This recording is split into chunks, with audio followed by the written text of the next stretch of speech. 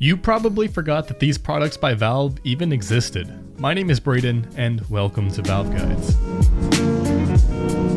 Before we get into the video, guys, we are looking for people to join the Valve Guides team. We need 2 content creators that have in-depth knowledge about the game and 2 esports writers or researchers that know a lot about Counter-Strike. You must know the basics of how to edit and voice a video and want to get better because we will work with you. Most importantly, out of everything here, have knowledge about the game and have the motivation to get better. Make sure to send an email to ultraguidesnet@gmail.com as you see on screen right now, and we will be going through those submissions and see if you are a good fit for the team. Thank you guys. Let's get into the video. Valve has been around a hot minute. Their contributions to the gaming industry have been unparalleled between Steam, Half-Life, Counter-Strike, and other incredible titles and services that are still relevant today. But what about those things that were just forgotten? Not necessarily because they were bad, although in some cases they were really bad, but because of all-devouring time working its magic.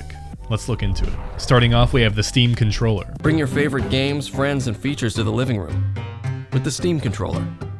The Steam controller was such a fantastic concept and wasn't even released that long ago. The idea itself sold the product for me, and I bought 2 of these without even taking a couple days to wait for any reviews. The result? Using the controllers once and leaving them in the media cabinet drawer ever since. They're still there, covered in dust. The haptic feedback mouse-like concept was just too good to be true, and maybe too ahead of its time with the technology that was available to Valve. The base idea was to have the touchpads work something like a mouse, that way that you can swipe and recenter quickly like a mouse does. I still love the thought of it, but the harsh reality is that the touchpads just felt sluggish. They couldn't keep up, especially wirelessly. I never found a game that I felt worked even remotely close to as well as a regular DualShock or Xbox controller, and unsurprisingly, the Steam controller did not sell very well and was discounted pretty soon after release, added to packages with other games to increase the chances of its sale, but to no avail. I still regret not going for a refund. The reason I didn't, though, is because I forgot I even owned them. The Steam Link almost falls into the same boat as the Steam controllers, with one major exception.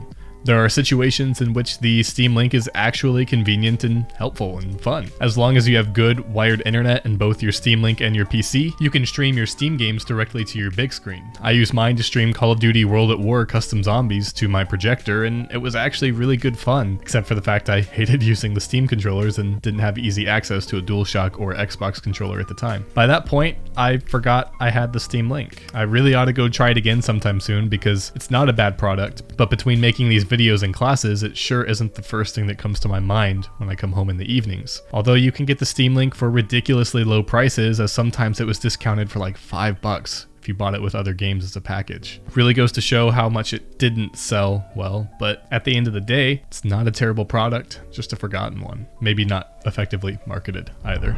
Ricochet. Do people still play Ricochet? No.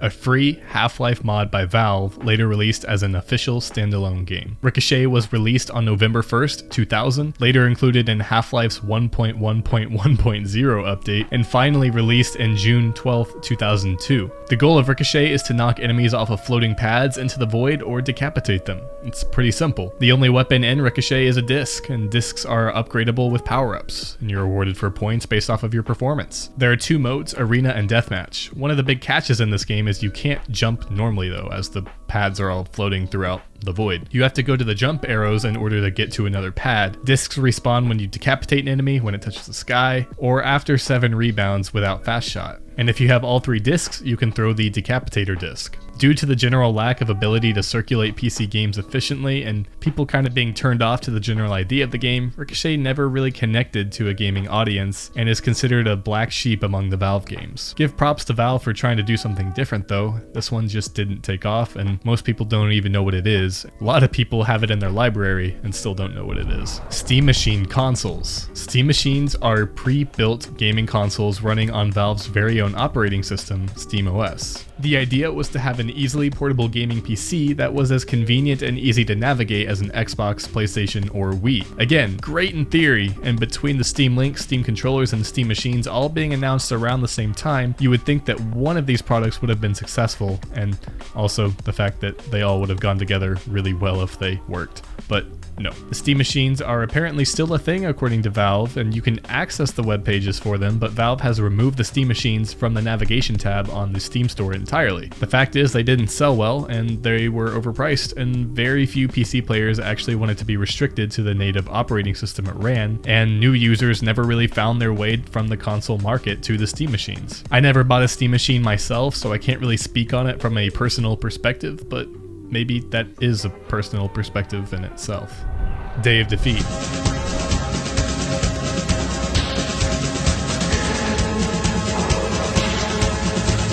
Let's settle this now before y'all that played the game go crazy. Day of Defeat was a great game. Unfortunately, that didn't save it from time, however. Originally a modification of the 1998 game Half-Life that y'all all know and love, the rights of this modification were purchased by Valve Corporation and released as a full retail title, much like Counter-Strike, but in 2003. While still having a very dedicated fanbase to this day, it seems like when people talk about flagship multiplayer titles from Valve, Day of Defeat is rarely mentioned other than its very core fanbase. For those of you that are unaware, Day of Defeat is a multiplayer first-person shooter that simulates squad-level infantry combat between adversaries of World War II's European theater. What set this part a game from others in the same genre is the mix of close-quarters gameplay along with extremely defined classes, which at the time of its release was a very unique combination. Keep in mind, 2003 is before Call of Duty took off at all. Due to the general lack of support and World War II becoming extremely oversaturated at the time, Day of Defeat never really got its due, as it's a really solid game that inspired a ton of present-day games and had spiritual successors in itself, but Day of Defeat in general is forgotten among most gamers.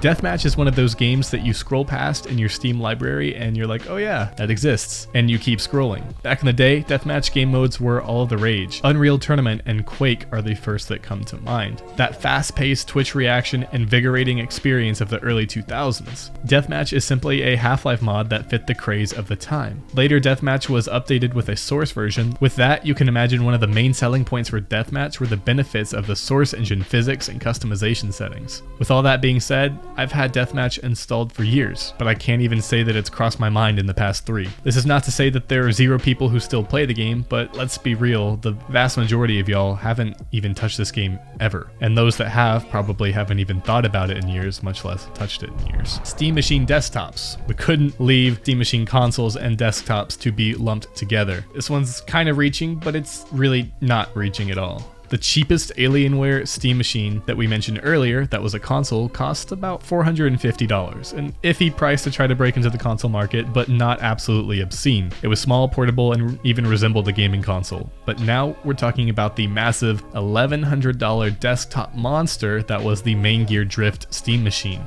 And it's worth pointing out that $1,100 is the starting price. Essentially, it is a beefy gaming PC for its time, running a Titan X, but it runs on Valve's operating system, so a waste of money. It makes little to no sense unless you want a really massively oversimplified gaming experience with a Titan X graphics card. There are very few people out there who would put this much money into a beefy PC that they could literally only use for video games. And Steam's web browser, I guess, counts as something, but still, no. With all that being said, guys, you've heard me allude to the Steam OS a couple times throughout this video. I think it deserves to be the top spot in this list because it in itself rendered the Steam machines useless and contributed directly to the lack of sales, all because of just how useless it was all around. Maybe not useless, but how poorly utilized it was. Steam Big Picture Mode also goes along with Steam OS and seems to be the direct inspiration for Steam OS's conception. Another idea that is neat in theory, but less needed than any of the previous products that we've gone through.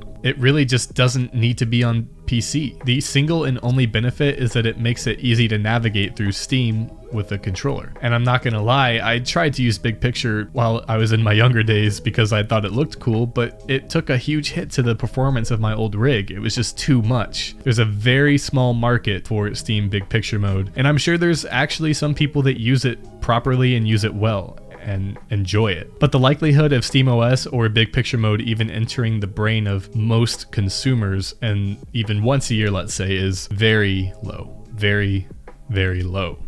Because you forgot about it. Because you didn't need it. Did this video remind you of any other Valve games or products that you may have forgotten about until just now? Let us know. Also, how many of these products did you own or forget about? I'm interested to see how many of y'all still use them maybe, or how many of y'all forgot that you even had them like I did before making this video. Y'all have a fantastic week. I hope you enjoyed my buddy Dave in the last video. He's an incredibly talented man. Y'all stay amazing, and I will see you in the next video.